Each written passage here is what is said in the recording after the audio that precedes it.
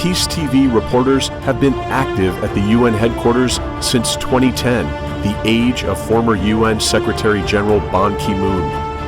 They are often invited to gather pictures and news about high-level meetings and events at the UN headquarters.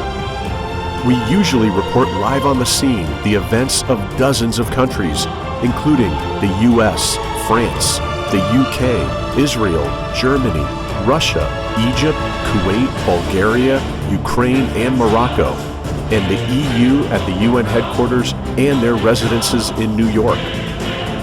Our news reports have, in part, kept the international community up to date with the work of different governments so that people everywhere will know the great efforts and contributions of the UN to world peace, international affairs, and multilateralism.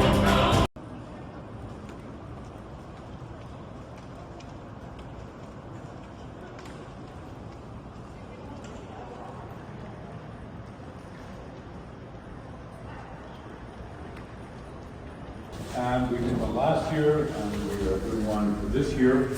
And we've chosen, in both cases, to do American music. In this case,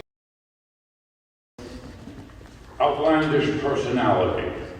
And he was an outlandish personality, and he wrote a very famous piece called The Mechanical Ballet, Ballet Mécanique, to a visual setting by the French painter and Fernand Léger. And it's a fantastic piece. And then this piece, which you've just heard, is called a jazz symphony. It comes in two versions. The first version is a little wackier. He got conservative, as most people do when they get older. It's a very unfortunate trajectory. But it overcomes most people, including George Antal. He then returned to the States, and he finally made his career in Hollywood, doing television and film music very well. But his greatest claim to fame is that he, together with the actress Hedy Lamarr — how many people in this room remember who Hedy Lamarr was? That's pretty good, that's pretty good. How many of you know from the joke in Blazing Saddles about Hedley Lamarr? That was Mel Brooks' take on Hedy Lamarr. She was a Jewish Viennese actress, and very beautiful. She was very beautiful.